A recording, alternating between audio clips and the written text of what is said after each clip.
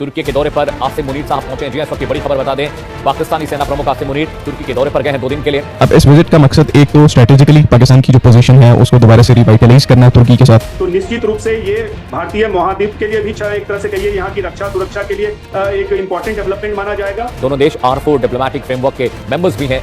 इस फ्रेमवर्क का मार्च में मिस्र, सऊदी अरब, तुर्की और पाकिस्तान ने क्षेत्रीय संकटों पर आपसी तालमेल बिठाने के लिए शुरू किया था। क्योंकि इस एयर डिफेंस सिस्टम का ट्रांसफर ऑफ टेक्नोलॉजी ऑफर किया गया था तो पाकिस्तान मिलिट्री जो है वो इस एयर डिफेंस सिस्टम के अंदर इंटरेस्टेड थी। कि तुर्की और पाकिस्तान के भी डिफेंस डील को लेकर चर्चा हो रही है कि कुछ फ्रेश डिफेंस डील हो सकती है। उधर अमेरिका और तुर्की के बीच भी आपको याद होगा 2 दिन पहले खबरें आई कि तुर्की और अमेरिका के बीच भी डिफेंस डील को लेकर बातचीत हो रही है। बिकॉज अभी फील्ड मार्शल आसिम मुनीर जो है वो तुर्की गए हैं तो एक क्वेश्चन उठेगा कि क्या इस चीज के कोई चांसेस हैं कि पाकिस्तान दोबारा T-129 अटैक हेलीकॉप्टर्स की जो डील है उसकी तरफ जा सकता है। हाल ही में तुर्की के थल सेना प्रमुख जनरल मैटिन टोकेल ने पाकिस्तान का दौरा किया था, जिसमें दोनों देशों ने रक्षा सहयोग और क्षेत्रीय सुरक्षा पर बातचीत की थी। अब आसिम मुनीर की यात्रा को उसी कड़ी का विस्तार माना जा रहा है। तुर्की और पाकिस्तान के बीच डिफेंस सहयोग पर चर्चा की उम्मीद जताई जा रही है। तुर्की के साथ सैन्य समझौते भी कर रहा है पाकिस्तान। इस वक्त की बड़ी खबर आपको बता दें, मिडिल ईस्ट में बढ़ते तनाव के बीच पाकिस्तान के फील्ड मार्शल आसिम मुनीर का तुर्की दौरा कई सवाल खड़े कर रहा है। आसिम मुनीर 2 दिवसीय यात्रा पर अंकारा पहुंचे हैं, जहां उनकी तुर्की के सैन्य और राजनीतिक नेतृत्व के साथ क्षेत्रीय सुरक्षा, रक्षा सहयोग और रणनीतिक साझेदारी पर चर्चा होने की संभावना है। ये दौरा ऐसे वक्त में हो रहा है जब ईरान और अमेरिका के बीच तनाव फिर बढ़ गया है और यमन में ईरानी समर्थित हूती विद्रोहियों तथा सऊदी अरब के बीच संघर्ष तेज होने की खबरें हैं। हाल ही में तुर्की के थल सेना प्रमुख जनरल मैटिन टोकेल ने पाकिस्तान का दौरा किया था, जिसमें दोनों देशों ने रक्षा सहयोग और क्षेत्रीय सुरक्षा पर बातचीत की थी। अब आसिम मुनीर की यात्रा को उसी कड़ी का विस्तार माना जा रहा है। कुछ मीडिया रिपोर्ट्स में ये अटकलें भी लगाई जा रही हैं कि यदि इलाके में संघर्ष और बढ़ता है तो पाकिस्तान की भूमिका क्या होगी। हालांकि अभी तक पाकिस्तान या तुर्की की ओर से यह कोई आधिकारिक घोषणा नहीं हुई है कि पाकिस्तान ईरान के खिलाफ किसी सैन्य कार्रवाई में शामिल होगा या उसका कोई विशेष सैन्य प्लेटफॉर्म तैनात किया जाएगा। आसिम मुनीर की यात्रा तुर्की के थल सेना के कमांडर जनरल मैटिन टोकेल की पाकिस्तान यात्रा के 1 महीने बाद है। जनरल टोकेल ने मुनीर के साथ क्षेत्रीय सुरक्षा और रक्षा सहयोग बढ़ाने के तरीकों पर बातचीत की है। पाकिस्तान और तुर्की के बीच गहरे राजनीतिक, आर्थिक और रक्षा संबंध रहे हैं। दोनों देश R4 डिप्लोमेटिक फ्रेमवर्क के मेंबर्स भी हैं। इस फ्रेमवर्क का मार्च में मिस्र, सऊदी अरब, तुर्की और पाकिस्तान ने क्षेत्रीय संकटों पर आपसी तालमेल बिठाने के लिए शुरू किया था। डॉक्टर अजिताभ जी मेरे साथ जुड़े हैं, विदेशी मामलों के जानकार हैं। सर बहुत बहुत स्वागत है आपका इंडिया न्यूज पर। तुर्की पाकिस्तान का रिलेशनशिप और R4 का जो फ्रेमवर्क है वो किस तरह से ईरान और मिडिल ईस्ट में जो क्राइसिस है उसको अफेक्ट करेगा सर?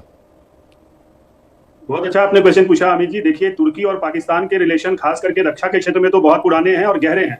एक तरफ अगर याद दिलाना चाहूंगा कि ऑपरेशन सिंदूर में भी तुर्की ने बहुत सारे ड्रोन, चूंकि तुर्की का ड्रोन काफी उन्नत किस्म का माना जाता है, तो पाकिस्तान को तुर्की ने ड्रोन टेक्नोलॉजी से सहायता की थी, ड्रोन देके सहायता की थी। तो एक तरफ वो भारत के परिप्रेक्ष्य में भी ये एक मैं समझता हूं खतरे की घंटी है। दूसरी तरफ अगर खाड़ी के देशों और मिडिल ईस्ट की बात की जाए तो वहां भी जो इस्लामिक नेटो का एक कंसेप्ट है, पाकिस्तान पहले से सऊदी अरब के साथ रक्षा के एक अपने गठबंधन में वो है और कोशिश कर रहा है कि तुर्की को भी उसमें शामिल किया जाए। और इनफैक्ट उसकी जो एक मंशा ये है कि आगे वो इस्लामिक नेटो जैसा कुछ बनाने, जैसे नेटो यूरोप में है वैसा कुछ यहाँ भी इस्लामिक नेटो का एक रूप दिया जाए और सुरक्षा को और गहरा किया जाए। इस्लाम के नाम पे ये सारी कवायद चल रही है। तो मुझे लगता है ये दौरा उस मामले में भी इंपॉर्टेंट है और ऐसी भी बातें हैं कि शायद उसमें ईरान को भी कोशिश की जाएगी शामिल करने की। तो ये अमेरिका के लिए और वेस्टर्न कंट्रीज के लिए, नेटो के लिए भी एक मुझे लगता है इस पे ध्यान देने की जरूरत है कि किस तरह से पाकिस्तान जो अपना डबल गेम खेल रहा है और दोहरा चरित्र निभा रहा है उस पर नजर रखने की जरूरत है। चीन के साथ उसके साठगांठ है, अब वो तुर्की के साथ इस तरह के और बढ़ाने की कोशिश में है। तो निश्चित रूप से ये भारतीय महाद्वीप के लिए भी एक तरह से कहिए यहाँ की रक्षा सुरक्षा के लिए एक इंपॉर्टेंट डेवलपमेंट माना जाएगा और दूसरी तरफ खाड़ी और मिडिल ईस्ट के लिए भी एक महत्वपूर्ण डेवलपमेंट मैं मानता हूँ। जी अजिताभ जी, एक बहुत क्रूशियल बात यह भी है कि सऊदी और पाकिस्तान के बीच एक करार हुआ है जिसके तहत सऊदी पर अगर हमला होगा तो वो पाकिस्तान पर हमला माना जाएगा, पाकिस्तान पर हमला होगा तो सऊदी के बीच। ये जो डिफेंस करार हुआ है दोनों देशों के बीच, ईरान ने इतने हमले किए सऊदी अरब पर, तब पाकिस्तान नहीं बोला। क्या अब ऐसी सिचुएशन बन रही है, क्या पाकिस्तान पर दबाव है कि वो ईरान के खिलाफ अपनी सेनाएं खड़ी करे? देखिए, पाकिस्तान ने तो ऑलरेडी सऊदी में अपनी सेना को डिप्लॉय किया हुआ है, भले ही रक्षात्मक हो, वो अटैक की मुद्रा में ना हो, लेकिन उसने अपनी सहायता दी है। अपने जो कह लीजिए कि अपने फाइटर प्लेन्स को भी डिप्लॉय किया है, सैनिकों को भी डिप्लॉय किया है। ईरान के साथ खड़ा होने में एक तरह से या ईरान के विरुद्ध खड़ा होने वो पाकिस्तान 4 बार सोचेगा, क्योंकि पाकिस्तान की बहुत लंबी सीमा ईरान के साथ लगती है। वैसे में पाकिस्तान में अस्थिरता बढ़ सकती है और ऐसे मुद्दे में खास करके जब शिया समुदाय जो ईरान में सबसे ज्यादा है और पाकिस्तान की सेना में भी 20% से ज्यादा शिया समुदाय के लोग हैं। अजिताभ, एक बहुत क्रूशियल ये भी है कि तुर्की और पाकिस्तान के भी डिफेंस डील को लेकर चर्चा हो रही है कि कुछ फ्रेश डिफेंस डील हो सकती है। उधर अमेरिका और तुर्की के बीच भी आपको याद होगा 2 दिन पहले खबरें आई कि तुर्की और अमेरिका के बीच भी डिफेंस डील को लेकर बातचीत हो रही है। ईरान को आइसोलेट करने की कोशिश अमेरिका जरूर कर रहा है, लेकिन जो गल्फ कंट्रीज हैं बहुत डरती हैं ईरान से, शायद इसलिए वो खुलकर डिप्लोमेटिक खेल हो नहीं पा रहा है वहां पर।